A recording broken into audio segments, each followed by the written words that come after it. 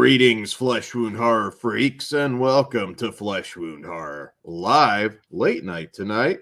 I'm Flesh Wound Dan, joined by producer Todd. It's not late night over here. Yeah, I was gonna say night's still young there. Our other Flesh Wound Horror pals got possessed by the devil. What can we say? They're dealing with it though. But it's just you and me tonight, Todd. How are you doing? I want to make a blasphemous joke at the top because of your stupid comment, but I won't. Because I don't know why. You only get struck down on this one, Todd. I don't know what's going to happen. The devil, Pope comes smite you. Don't do it. Fat Russell Crowe will hit you with the sody right across the head, Todd. All I got to do is leave a bottle of whiskey and fucking Russell Crowe's not a problem. even Pope or religious Pope exorcist Russell Crowe's drinking. Come on. I mean, he's not what was it? He's got a lot of people he'd have to punch before he gets to you. I mean, you figure, knock out Caesar and knock out Ozzy. You'll have time to get away from Fat Russell Crowe. And Dan will already be slapped out, so he's just don't let him mow you down with the scooter, though, with his Walmart scooter. So. But anyways, we are here tonight to talk 3 new theatrical horror films that we're very excited to get into. All dropping at the same time, too, which kind of sucks because they're gonna probably all split each other's box office, but at least 2 of them will, for sure. 2 will, yes, absolutely. It was very, very odd release strategy on these movies, but yeah. So let's kick it off with our smaller film out of the 3, lower budget indie. Nefarious from co-directors Chuck Konzelman and Carrie Solomon, and it is Nefarious. On the day of his scheduled execution, a convicted serial killer gets a psychiatric evaluation during which he claims he is a demon, and further claims that before their time is over, the psychiatrist will commit 3 murders of his own. All right, so Nefarious. I was really excited for it, mostly because I've always liked Sean Patrick Flanery ever since Powder. You're full board on this one. Go ahead. It's aside from who made it, good. I knew he was a very talented guy, and that's cool to see him on the big screen. Quite frankly, you don't normally get to see that because it's been a while. I mean, Boondock Saints, of course, was a huge phenomenon. He's always great in everything that he does, but he kind of hasn't had that huge star-making performance, unfortunately. So yeah, we'll see what this does for him. Nefarious. So. All right. First off, I should say going in that when I saw Believe Films, I was like, oh, fuck. Maybe I should have looked into this one a little bit deeper. Of course, we'll review it no matter what. But I was like, oh, man, propaganda film. So Dan, either way, it's a propaganda film. The Exorcist is a propaganda film. That's a great. Well, okay, there's a difference between good and bad. That is what even fucking Friedkin says that it's a religious. It's like a religious movie, and the fact that it's so religious, then yeah, it's a propaganda film. People do misinterpret that one a little bit, though, as far as the ending goes. But that's a story for another time. Maybe we'll do an Exorcist commentary. Shout out Orc. Shout out Brian Trash. How's it going tonight, gentlemen? Thanks for staying up with us. So. Again, I saw that, and it took a little bit of the wind out of my sails because more often than not, let's just say something that's directly coming from, any kind of, whether it's right wing, left wing, when it's coming from a company that kind of specifically does that type of stuff, you tend to groan. It tends to like beat you over the head. So this is actually based on 2 books. I'm not familiar with this guy, but Steve Diaki, might be saying his name wrong. He's I believe, a conservative talk show host, from what I understand, and he wrote 2 books that this is actually a prequel to. And there's 2 books that this is a prequel to, or he wrote 2 books, and this movie is a prequel to the book. Okay, got it. So after this movie, the 2 books take place in the world of. Yes. Okay, yes, got it. Yes. So won't lie, like, and I found that out later because when I saw Believe Films, obviously, the writer-director team on this film actually did work with Sean Patrick Flanery on a movie, a vampire movie called The Insatiable, back in the aughts at some point, that I remember liking. I don't remember it being any kind of like pro-faith film or anything like that. Was it just with him or from the same studio? No, I don't think it was from the same studio. It's just one that I remembered. It was like 06 or something. You made a point of saying the faith thing. That's why I was curious. Yeah, it was a vampire movie. I don't remember I don't remember it being anything other than a vampire movie, but my memory could be playing tricks on me. So having said that, possession movies in general can be very generic. They're often well made, but they're just so familiar that, and we'll talk about that maybe more later because we got 2 sort of possession themed movies tonight, but this one doesn't unfold exactly as you would think. Most of the film it's very dialogue driven. The majority of the film is the psychiatrist and Sean Patrick Flanery face to face, just 95%. Kind of just a back and forth sort of mind fuck that Sean Flanery, informed him, you are going to kill 3 people. And there's not a lot of hocus pocus in this film. It's psychologically driven, and surprise, surprise, you can call it a propaganda film, and I'm fine with that. And I'm going to get into specifically what I think, especially right now, is really going to piss some people off. It is really, really good. Sean Patrick Flanery is fantastic. In fact, this is a guy that is totally capable of winning an Oscar. I would not count on it getting a nomination for this movie, but he is chilling and just really, really good. Just an amazing actor. And it's hard. Again, 2 guys, dialogue driven in one room for most of the runtime, and they both nail it. And Jordan Belfi, who plays Dr. James Martin, the psychiatrist, holds his own as well. He's an atheist attorney, and obviously doesn't believe all this stuff. And he has to make the determination basically whether this person, whether he's possessed or just insane, whether he lives or dies, because he's getting ready to be executed. And they manage quite a bit of intrigue and suspense for being totally dialogue driven. This is not a movie where, there's gore or any heavy violence, a little bit maybe at the very end, but it's just 2 guys talking, and man, it's good shit, Todd. I mean, I was surprised. I did want to mention Jordan Belfi. He was in the one all you guys love, the Don't Look at the Demon one also. That was the Fiona Dourif movie? Yes. I can't remember. Okay. Wait. Okay. Yes. Did everyone like that? I can't remember, but he was the lead in that. It's a fun little movie. Had its problems, but it's a good movie. Fun movie.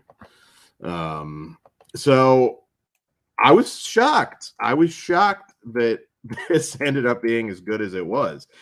Now, again, I understand being, where it comes from, being a more directly Christian horror film for, whatever that means. Like, again, Exorcist, sure. But coming from like a conservative group, I know is going to piss a lot of people off. And I'll throw it out there just right now. It's not a major plot point, particularly right now with the, don't want to say the word, but it is pro. And you don't want to kind of give it away either, plot point wise. Yeah, it does tap into a current issue with the Supreme Court. Not the Supreme Court itself, but Man, I literally said it comments on it. That doesn't give anything away. It comments on it, and it might really piss some of you off to the point that you're not going to want to watch it. So I'm just throwing that out there because I don't want anybody going into this and getting angry that they watched it. But if you can overlook that, irregardless of what you think, it's fascinating. I really like the movie. I've never got getting angry at a movie, but that's me. But I know what you mean. I know. Yeah, I know. People have no concept of the actual world, and they focus on little stupid things. Yeah, I get that. What did you think, though? I'm certainly not pro. Oh no, well, no. I mean, I can like movies about dragons too, can I? Yeah, absolutely. So, I know Slasher, we are talking about Nefarious, right? Nefarious, yes. First movie of the night. Yeah, we'll tackle Pope's Exorcist next or the end. I don't even know. Next. Okay, well, so oh god, I gotta get this much religion as once. Can we break it up? Okay. You would say not. This is not like some boring. Oh no, I love this movie. It is. It's just two people talking. I like movies about people, like not necessarily horror. I mean, just and it was just two guys acting, and it was they were able to.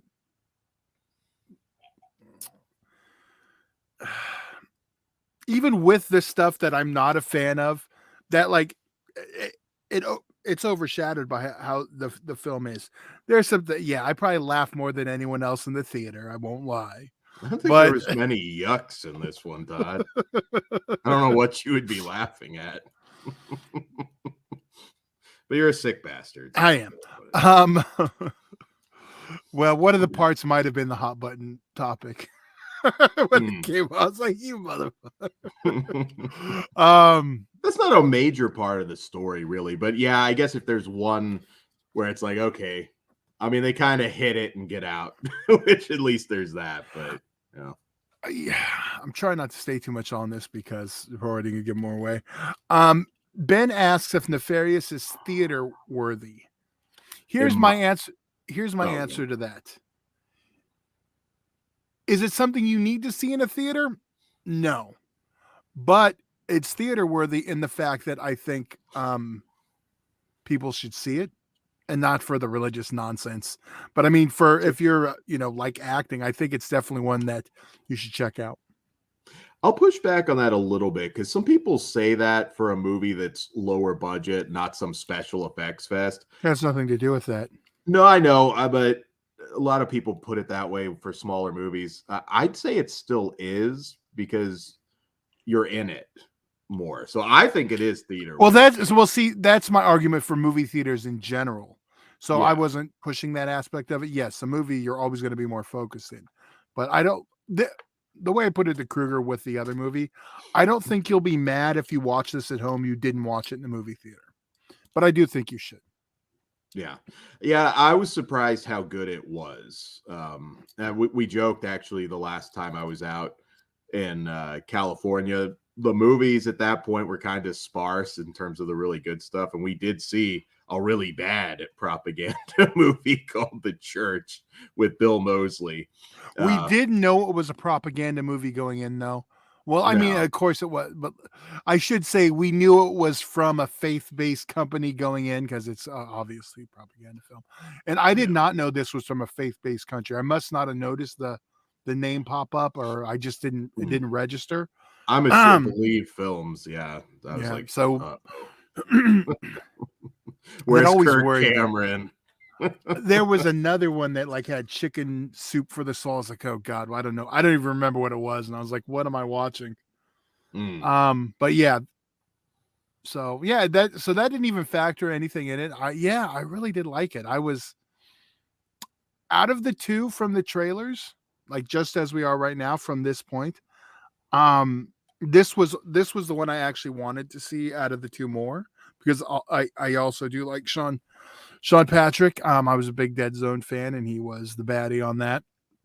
Also, I mean, other than the things you've already mentioned. I just got the complete series of that. It's one I never finished. Oh, well, if you want to do something with that, holler at me. I lost it, but yeah. Oh no, out of the two, this was the one I was more like I wanted to see out of the two. I don't know. Like as of now, we'll find out if later. But yeah, so yeah, kind of the psychological unraveling. I just thought was really good. And from the trailer, it kind of like really did like show what we were gonna get, and I was worried we were gonna get a bigger movie, but I'm glad we got this small movie. Yeah, I was engrossed. I really was, and it was kind of surprising me. See, this is right here. Read it for us, Dan. /your home video.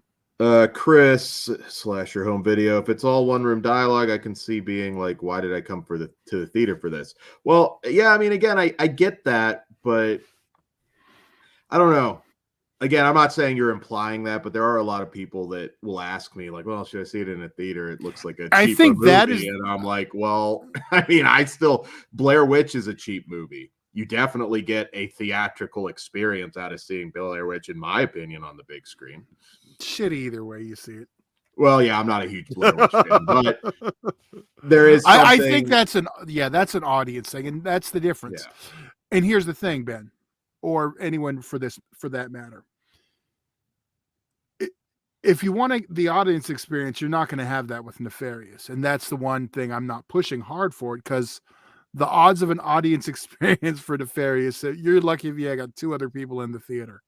So I had I don't know. You were also first showing though, Dan. Yeah, we're theater though. We're coming out to like a few days. It's going to be, go on Saturday at 8:00, and I'm sure it'll be 7 people. It's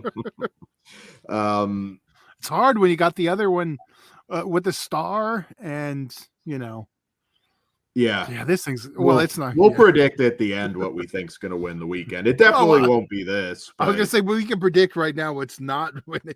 It's going to be under Puss in Boots 2 probably. Oh yeah, shit. As long as Top Gun 2 doesn't beat it, we're fine. Yeah, I really did love this one, and it's not, like I said again, it's not as familiar as you would think. And the way they were able to contain, I mean, I was nervous for the psychiatrist, even though he was never really like a physical threat in the position he was in. But when he started to kind of slowly get inside his head, I was like, man, I'm really digging this. So there you go. Psychological horror. I thought it was great.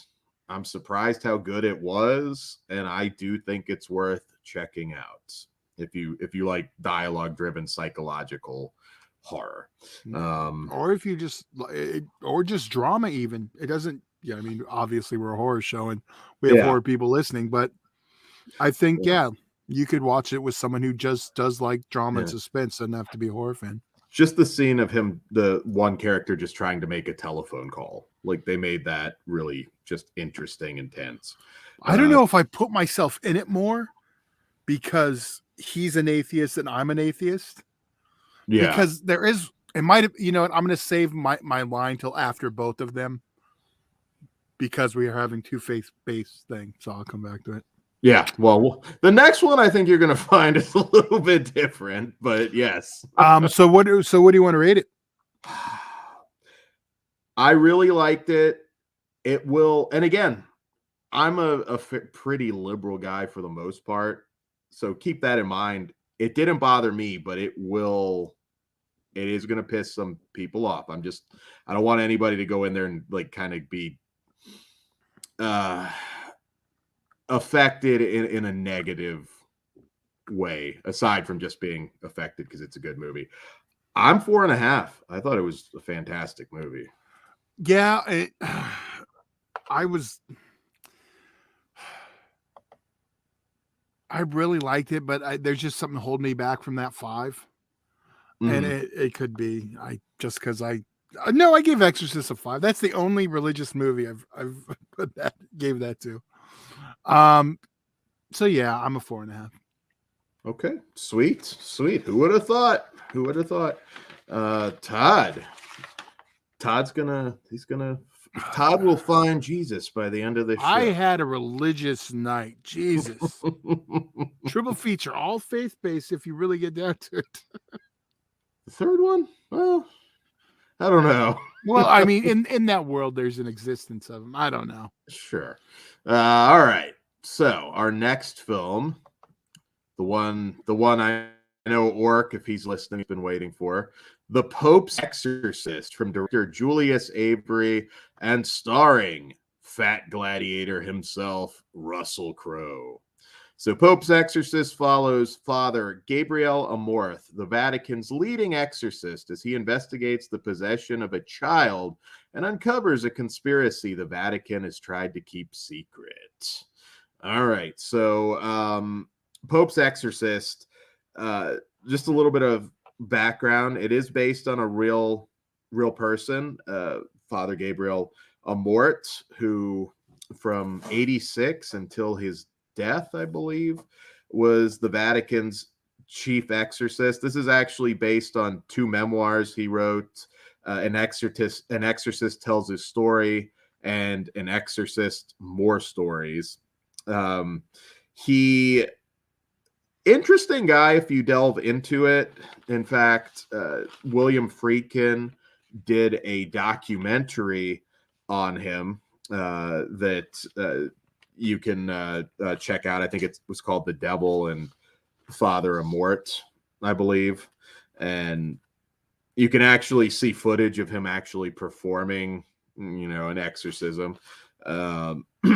So as I kind of touched on before, possession movies, specifically exorcism-based possession movies, often kind of just become pointless at the end of the day. They're all extremely familiar. None of them to this day have ever really come close to topping The Exorcist. So even though a lot of them are competently well made, we've seen some really good actors, Anthony Hopkins and what have you, in different exorcist-based films. They're all very forgettable. They kind of, boring at times. And you can make a case that there's a lot of familiarity in zombie movies, slasher movies for sure. You're repeating a lot of the same beats. But for me, there's always just been something about the exorcism-based possession movie that I just like, like another one. There are, not that there aren't good ones. Exorcism of Emily Rose is a very good film, but they're just very familiar. Shocker, I do the same thing when I hear there's a new one. Yeah. Even this one, I was kind of like I had no desire to see this other than I do like Unhinged, Russell Crowe. Yeah, who this is his first just sort of direct horror film, which was, kind of part of the marketing. And I love Russell Crowe. Russell Crowe's awesome. So just to close out the real Father Gabriel, kind of progressive in some ways for an exorcist, because he did believe in science and recognized that most of the time it was just a disturbed person that needed therapy versus an exorcism. He does claim out of the 160,000, which I am going to call bullshit on that, but over the 160,000 quote unquote exorcisms he performed, there were maybe 100 that were legit, according to him. He is a bit of a kook at the same time. He has oddball beliefs like yoga being demonic. I don't know how that works. Absolutely. Have you not seen the pants? He also thought Harry Potter was evil. So, well, he got that one right. There you go. Yeah. Yeah. Well, Cliff Booth has a great question. I'm sure it's coming up. Is Franco Nero the best part of the movie? No, Russell Crowe. I love Franco Nero, though. I didn't know he was in it, so I got excited when he showed up as the Pope. I was like, yes. No one else in the theater is like giving a shit. This doesn't happen, so I'll just say, like, I would have had the Django theme kick in. Russell Crowe's about to be like killed by Satan himself, and then you get the Pope coming in with just an arsenal, just blowing away like fucking demons everywhere. I would have gone batshit with it. Now, so just to get into the movie itself before we fantasy book. Now this is very derivative. It isn't still an exorcism movie, so it progresses how you'd expect. Family moves into a new home. Child gets possessed, evil unleashed, and it unfolds pretty much exactly as you would expect on paper. What I think really made this movie is it has fun with it. It doesn't take itself too seriously. Russell Crowe, there's a lot of humor with his character. He drops some one-liners. He looks like he's having the time of his life. He really makes this movie. He rides around on, what do you call those little scooter things? Vespas? Is that what you call it, or something? Yeah, scooter, Vespa. Yeah, looked like it was a Ferrari one. They have fun with it. Like, this is not, and I think that actually worked for me. It's tongue in cheek at times. It's not like a comedy or anything, but it has some gore. It even has some nudity, surprisingly enough. Well, I mean, it makes sense when it's from the director of Overlord, because he kind of managed to do that in that also. Yeah, and it's just, there's not a lot of padding. The movie's a breeze. I think it's only like 90 minutes. Other movies we reviewed recently, take note. 143. It's in that safe zone. Yeah. It's in that. Yeah, it's not too long. It's entertaining. It's every minute past that 90. You got to be fucking good for me not to. Yeah, and it gives you just enough. There's some flashbacks with Father Amort and his time in the Italian resistance, which was, that part I know was true about his real life. But for the most part, it just has fun. There's a lot of special effects in this movie. There's some blood. There's some gore. A Slasher's asking if it's Evil Dead-y at all. He's got those vibes.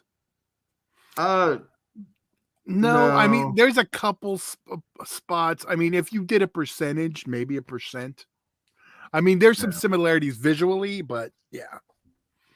I wouldn't. There's a couple. Yeah, it's minimal. If that's your reason to see it, I'd say no. No. Did you recognize who the mom was? Alex Esso. If you don't know that name, she starred in Starry Eyes, which is a film that I absolutely adore. She's amazing in that. She played Wendy Torrance. I was going to say, wasn't she? Yeah. She's been doing a lot of smaller horror films. Midnighters, The Super with Val Kilmer, I remember. Red Island was another one. Death of Me. She's done a ton of horror. She kind of broke out a little bit with Midnight Mass. She was on that. So right, the Netflix show. Kind of cool seeing her do this. So in a weird way, story-wise, you could kind of say that it is like the typical exorcism formula, but it's Russell fucking Crowe doing it. It's Russell Crowe chewing the scenery, hitting on nuns once or twice, and kind of a playful sweating out booze. Yeah, looking like he's just. I wanted a shot of him like taking the scooter through like a McDonald's drive-thru window.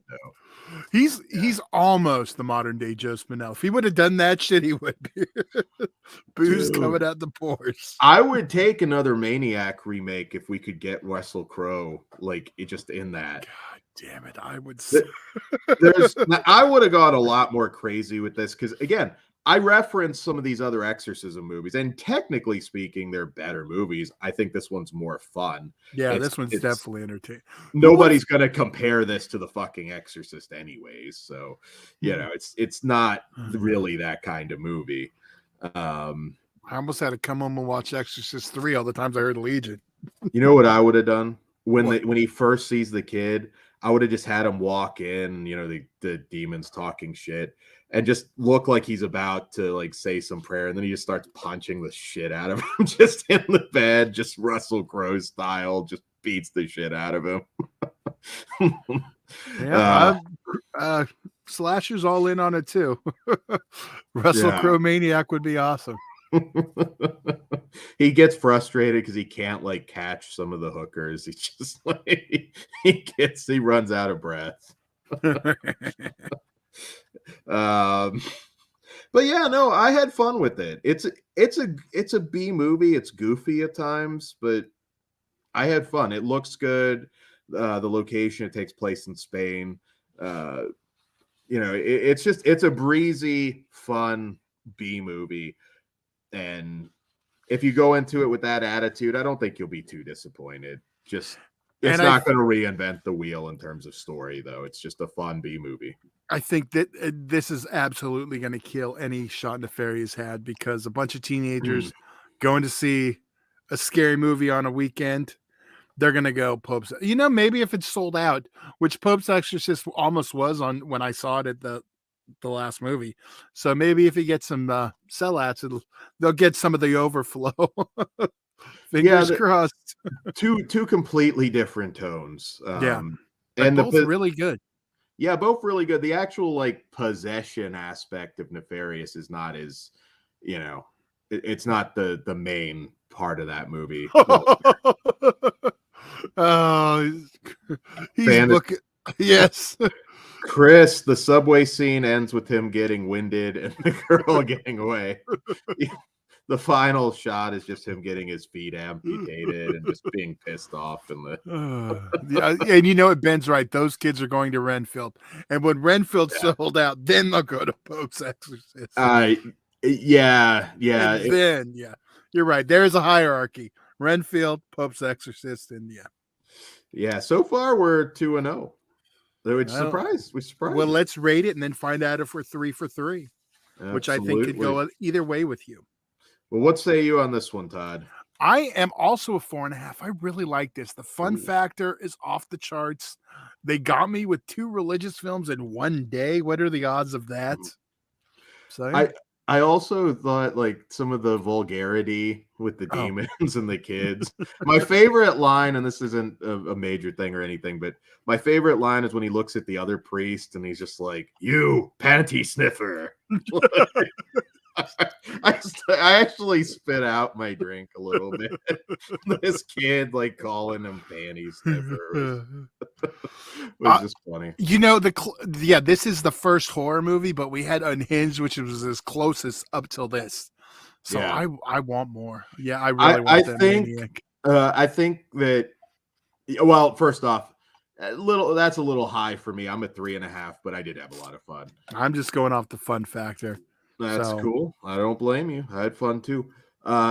Maybe Russell Crowe will have that Nicolas Cage run now, where he just starts doing a bunch of just off the wall stuff. Fingers crossed. I wouldn't mind a Russell Crowe and Nick Cage. I was just gonna say, can you imagine Krueger? He would be like so happy. What's up, Zombie? Zombie, you did not miss Region Free. We haven't had a Region Free yet. That's not till May 13th, so you're still good on that. That'll be the Season 3 launch of Region Free. But welcome to Flesh Wound Features right now.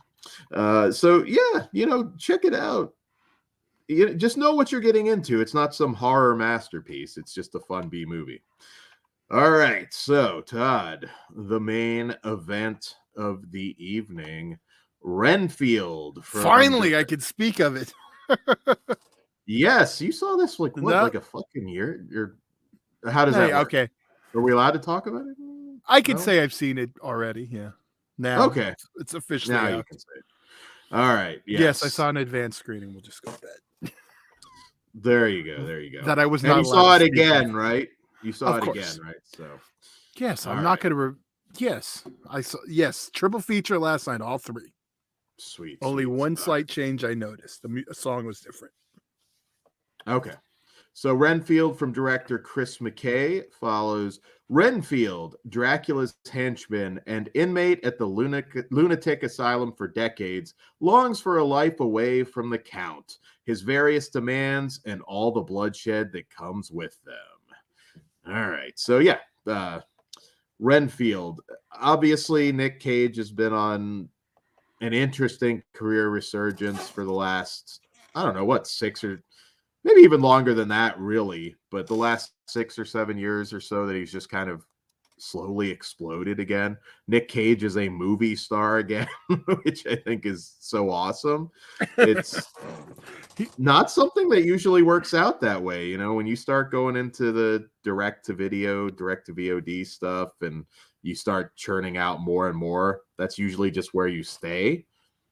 Pretty amazing to me that he's, you know, big screen leading man again. He was even quoted in a recent interview, like somebody was like, would you like to be a part of the MCU? And he's like, I don't need the MCU. I'm Nicolas Cage. Here, I want you to read Cliff's comment. Cliff Booth, Brando once said, the only thing an actor owes to his audience is not to more them. By that criteria, Nicolas Cage might be the most successful actor of all time. Yes, good. Yeah, can you imagine Nick Cage and Brando in like a movie in 2023? Brando as Van Helsing.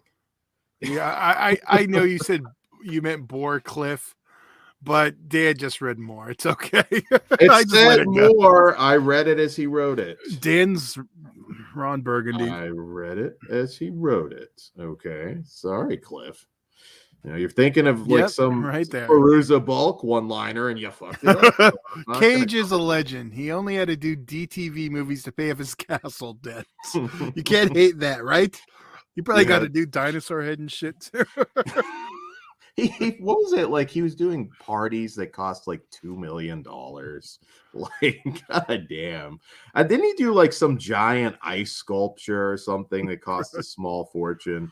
He had a lot of fun though. But you know, he's getting back on top. I think that's awesome. So, Todd, I'll tag you in first. What did you think of Renfield? Was it all you hoped it would be? And what's your favorite? What's your all-time favorite Nick Cage movie? And what's your like recent, as far as like his recent? My all-time favorite's easy. That's Raising Arizona. Oh, good pick. My favorite Cage recently, I'm just gonna kind of look it over real quick because off the top of my head. Now, you mean leading role or just performance in general? Just leading role, like recently, you know, Mandy, you know. I know I'm the one who's not a big Mandy guy. Mom and Dad. I mean, he's had a lot of stuff that's kind of broken out. Willy's Wonderland. Yeah.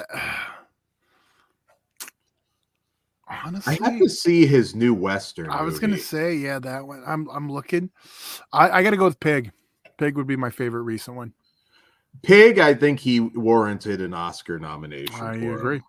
I thought Pig was just it's not exactly what people might want from it. It's not that wild, crazy ass movie, but it's just a really good movie and a great performance from Cage.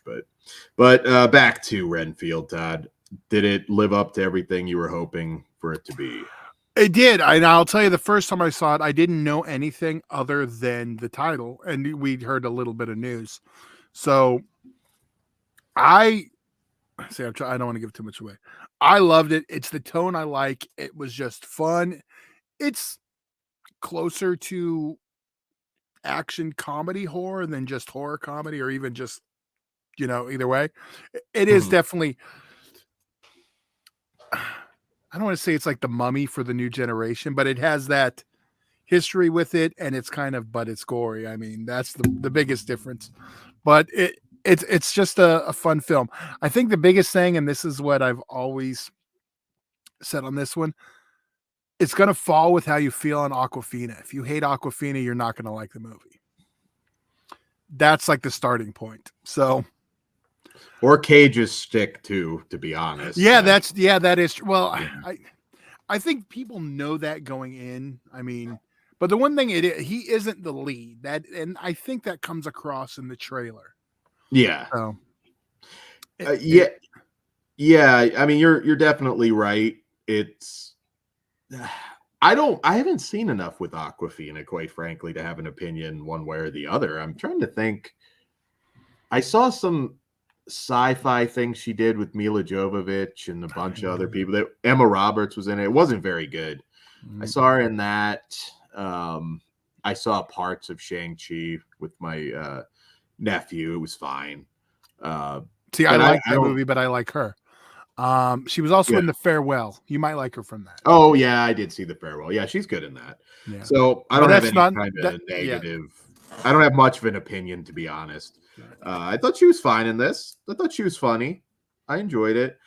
I mean, Nicholas Hoult really, he plays that kind of neurotic character really well.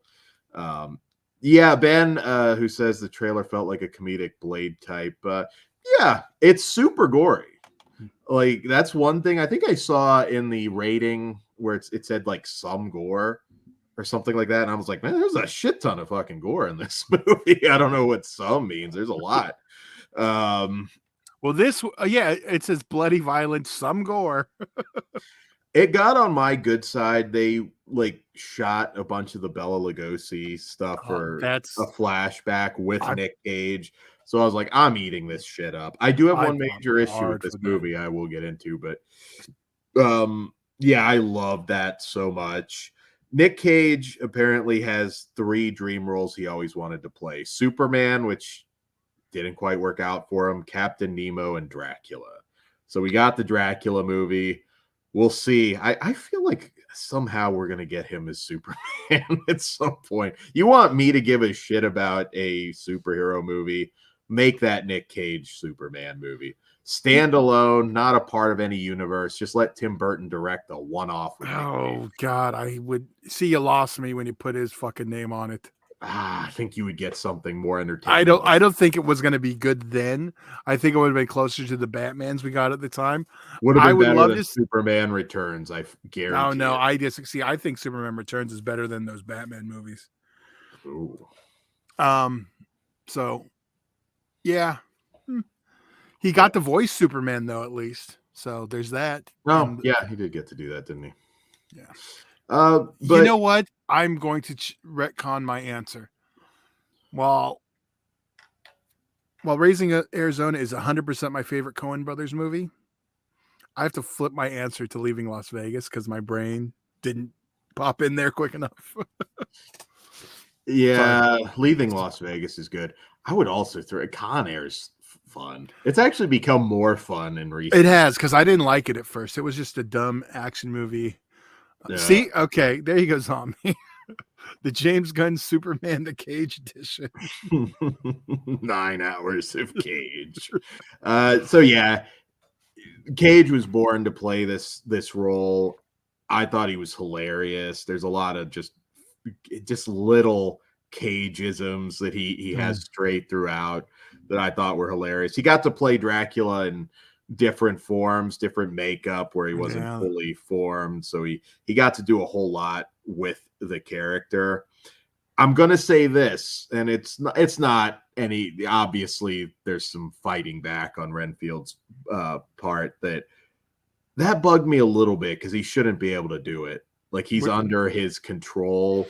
It didn't make they don't really explain that. I'm like, he shouldn't.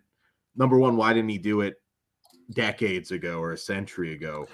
Like, it just, I mean, it's because they showed that footage. Your brain made it canon, and that's the one problem. Because it's not. You're going with the Monster Universe canon, and because they showed that footage, it makes a lot of movies play around with vampire lore. I get that, but yeah, that I think also added to it because I was like, well, if you could just always do whatever the fuck you wanted, essentially, just fucking do it then. Like, it didn't, like, when he rebelled here, I was like, okay, but you're not giving me a reason. But maybe why he didn't do that. Maybe he didn't want to previously. Maybe he always could have, but He never tried. I mean, that's the only explanation I can give to you that has any logic. Why? Yeah, I think, like you said, though, that like making the Bela Lugosi movie canon, I was like, I kind of have an issue with that. It didn't ruin the movie for me, and again, it's comedic in tone, so you overlook a little bit more. I probably would be a lot more harsh if this was like some serious Dracula adaptation where they just do that and don't explain it. I would have watched them just remake the original film with just shots of Cage in there. That feels like something like if it made a ton of money, maybe they would do as like a Netflix special or something. Well, there's definitely more that was shot, or at least stills, because in the credits you see additional stuff that we didn't actually see from Dracula. So if they shot like 10 minutes worth, that'd be awesome if it ends up on the Blue or 4K or digital. Vampire's Kiss is being brought up in the chat. Yeah, that's a hell of a Cage performance. You may want to watch that. Like if you're going out to see it this weekend, watch Vampire's Kiss before you go check it out. That might discourage some people, so do it at your own risk. But yeah, I liked Awkwafina. I don't know if I'm a fan yet, but I did enjoy her. Cage is fucking awesome. If this looks like something you want to see, it's not going to let you down. But you're right. Like it's one of those things. It's like the Dennis Miller and Bordello of Blood. If you just don't like Dennis Miller and his shtick there, that's kind of applicable to this. Yeah. So like Kruger's not here. I'm going to predict Kruger's going to fucking love this. And yeah, unfortunately we couldn't make it work, but look for Kruger's Corner. I was trying to get a video of him in, but we couldn't make it work in time. But I think we're going to do a Kruger's Corner just to on Patreon. Yeah, because he's missed a couple things. So yeah, so keep an eye out for that. I'm not exactly sure when or where. Maybe Monday, I think we're shooting for. Yeah, you'll get to see his opinion because but I'm gonna go ahead and predict that he's gonna fucking love this. I think he might like Pope's Exorcist too. I think he will too. Might not be his style. I think he's seeing that tonight. Yeah, he might be at that now actually. So you may get to hear all three by the time he does one. And I'll join him just so he has someone to talk to. I wish I could record him when he's watching it and he just sees Believe films. I don't know if it's. I'm going to ask him. Well, he's watching it now, so I don't know if he's watching it now, but he might give this a watch. Make him review it first, and if it starts off with "Dan, you goddamn motherfucker, how do you like this shit?" Like he'll know. That'll be the review in a nutshell. We might get that in the chat before we get. So yeah, this movie's a lot of fun. Pope's Exorcist is a lot of fun, and Nefarious was just a surprise. I really thought that was good. Technically speaking, I'd say the best movie tonight. But obviously I understand Renfield's going to be the biggest crowd pleaser. So Todd, what do you rate it? That's the thing with this one though too. It's like it hits so many different demographics of people that would see it. I really like it. And while my fun factor may be a 5, I can't give it a 5. I'm going to give it a 4.5. Apparently I'm across the board. I had a really good theatrical night. All 3 movies, I had a great time. Loved them all. Apparently I gave them all 4.5 too. I am a 3.5. I had a lot of fun, and I probably would be a little higher, but that one thing does bother me a little bit. I know. Yeah. But you know what? It's worth it though to see that footage. Like I'd rather, like if if we cut this, it doesn't matter. That I'm glad it's there, and I'd rather have that with that little time. Honestly though, Dan, you do sound like those fucking Simpson nerds. Just say it. I'm being honest. That was something that did bug me. If you're gonna make it like, okay, we're going off of that specific Dracula. Plus, you'd still have to explain that anyways, because it's like, okay, he didn't have a reason or want to till that moment, and that's the way I took it watching it. I think the way that we're introduced to this character, he definitely wasn't enjoying what he was doing. So I don't know if the want thing makes sense. Like I think he obviously always wanted to be free of him. But anyways, like I said, I had a ton of fun. I'll be picking all of these movies up when they come to physical, and yeah, you can have a good time at the movies this weekend. What else dropped this week? Like I don't. Oh, Mafia Mama. Okay, yeah, I need to see that. I don't think it's going to happen though before I leave. Yeah. That's probably Renfield's going to win the weekend. You think, right? Oh yeah, it's going to smash the other ones. I don't think. Yeah, honestly, yeah, I don't think Mafia Mama will beat Nefarious. Yeah, maybe Pope's Exorcist. Yeah, we'll see. But I think they're all worth seeing, and yeah. So I think could be wrong, but I think the next time you'll see me. Well, you've got Farce coming up, but aside from Farce, I think the next Flesh Wound Horror will be in California, I believe, if I'm not mistaken. So if we beat the pre-tape, yes, which we probably should. Okay. So yeah, we'll be doing some live videos. We're also going to be doing some original. We'll film some stuff to play here. Ben Grimm pointed out, and original Superman is back in theaters tomorrow. I was planning on going, one showing at 3:15 for me. I assume you mean Christopher Reeve. Yes, the original. But it's the same time as my friend's baby shower, so no Superman. Thinking of skipping a baby shower? No. I didn't know they were at the same time, so I was like, oh well, I guess I'm not going. Seemed disappointed, Todd. Well, I mean, yeah, I couldn't have been any other fucking day. Dan doesn't realize there's going to be one day. There's a movie I'm going to go see that's out for one day on its anniversary that he's going to have no desire to see. So he's going to have to go watch another movie while I see it. Because I'm going to go watch that movie either fucking way. What's the movie? Return of the Jedi. I mean, that's when it was still good. I don't mind seeing it. So you're not going to go watch Mamma Mia while I'm watching Return of the Jedi? Mamma Mia? You mean Mafia Mama? Whatever. Yeah, I think I'd choose Return of the Jedi over Mamma Mia. Yeah, I totally forgot it was when you're here. I saw that. I was like, oh, fuck.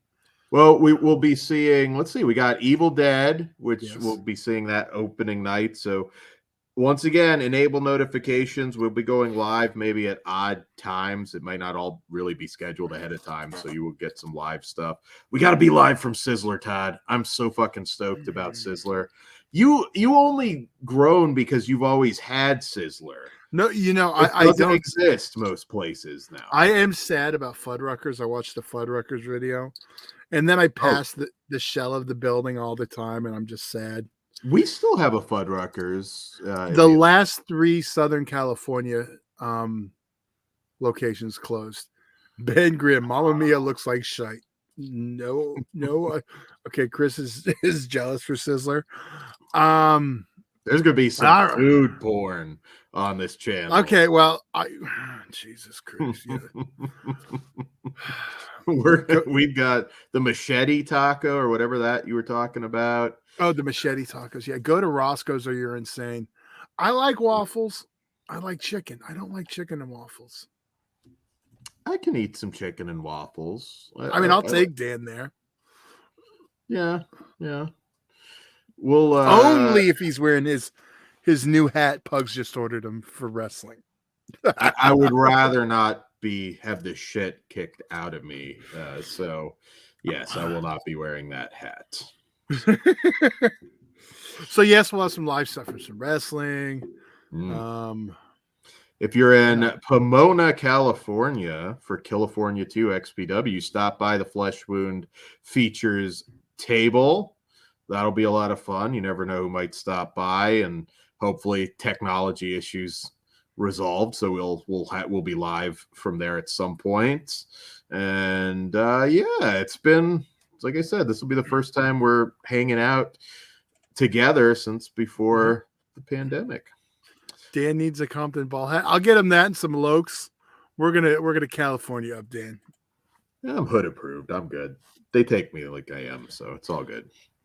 So yeah, wrestling, horror, tons of food stuff because that's probably what we're all looking forward to the most. Ooh, and we're gonna have some buttons too, so I'll send some out to Patreons.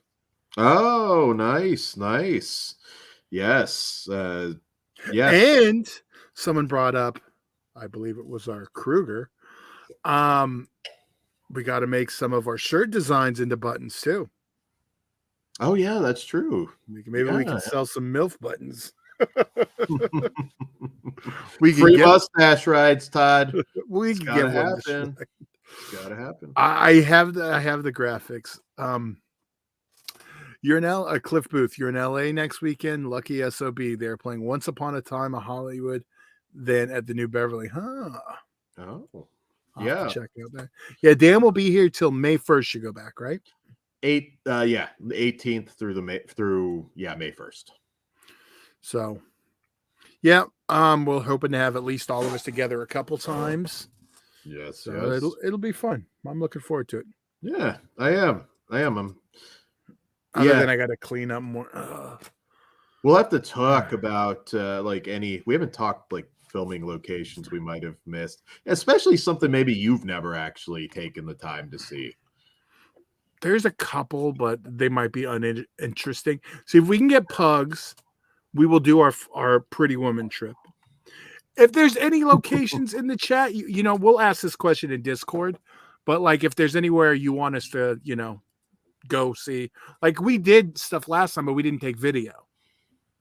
So we were all over, yeah. So we could still go back by the Nightmare on Elm Street house or, Yeah, we were all over. We did like every Halloween location there was, I believe. Yeah. See, I've done that tour so many times. I don't remember because some have been better and some have not, but I probably took you to everything. Yes. You might get me pissing on the hedges or something just to, Well, I think it's gone now. I was gonna say I could take you to the remake house because they like had a sign on their door like "Get off our porch or we'll shoot you." But the house was empty, so. Oh, okay. Yeah, I was gonna say we can just take some goofy photos. I'm not encouraging anybody to do that. Zombie said, "So Todd, are you Dan's wise man for the Hardcore Hillbilly?" There is not a match. Hardcore Hillbilly's in a 16-man death match tournament, so he has to warm up. Got to get that. It's not gonna happen. Not gonna happen. I can tell you. You know how you protect against a slap fight? You roll up into a ball. I'm fat. Like you're not gonna be able to slap me. Oh, this is gonna be fun. You roll up into a ball. I have no shame. Can't lose a slap fight. Can't be slapped. So there you go. It's all right. But needle Ozzy, I'm Dan. There's definitely no needle spot. Speaking of which, check out our interview that we just did with the body. If you missed it, that was awesome. We had a little bit of technical difficulties at the very end, but really cool interview. We're big fans of the body here at Flesh Wound Features, so we think you're going to be hearing a whole lot from him in years to come. Do you want some XPW news? I was just typing in the private chat if that was something where I don't know what you were going to say. Okay. I was going to mention that they're going to Japan, or they're working on Japan. I saw that as I was coming home, and I was like, okay, is that just something that you heard, or if that was out there? That was out there. Okay. Now, and the other thing, though, on the Rob Black show tonight, or it may have already happened, there was some UK talk, too. Oh, okay. God, can you imagine? Like I would take a trip up to Japan to check out XPW. I'd be down. Flight. It is a lot. It's been a long time, and planes have just gotten worse, but it might be worth it. I don't think there's any place I can stay though out there. They don't make places big enough for me out there. You guys got like a sumo like flop house or something somewhere? We can stay at the sumo flop house. Is the Godzilla hotel have a human sized room? Hey, I'll be in the suit. give me a place to stay. I'll spend some time in the suit scaring tourists. We can make that work. But it'll be good times. You won't want to miss it. You'll get a lot of live videos. Also, again, Discord.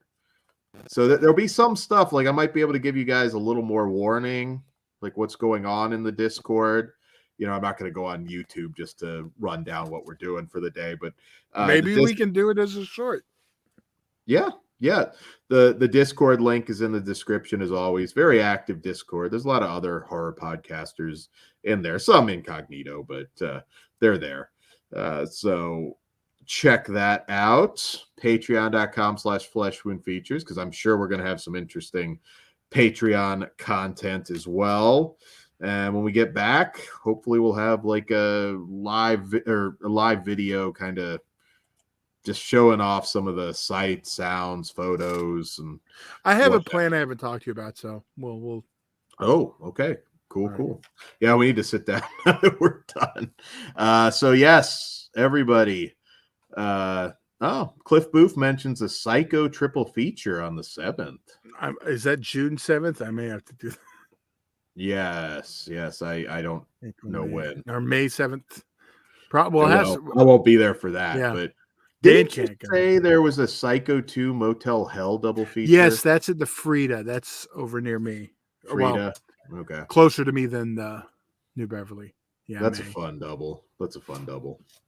But all right. Yeah. All right, gentlemen. Thank you for listening, and we will see you in sunny Hollywood. Good night. Do I do a dance with the cane? Do I have a cane? I don't know if I have a cane, Todd. All right. We're going anyway. No, I don't want to see a dance.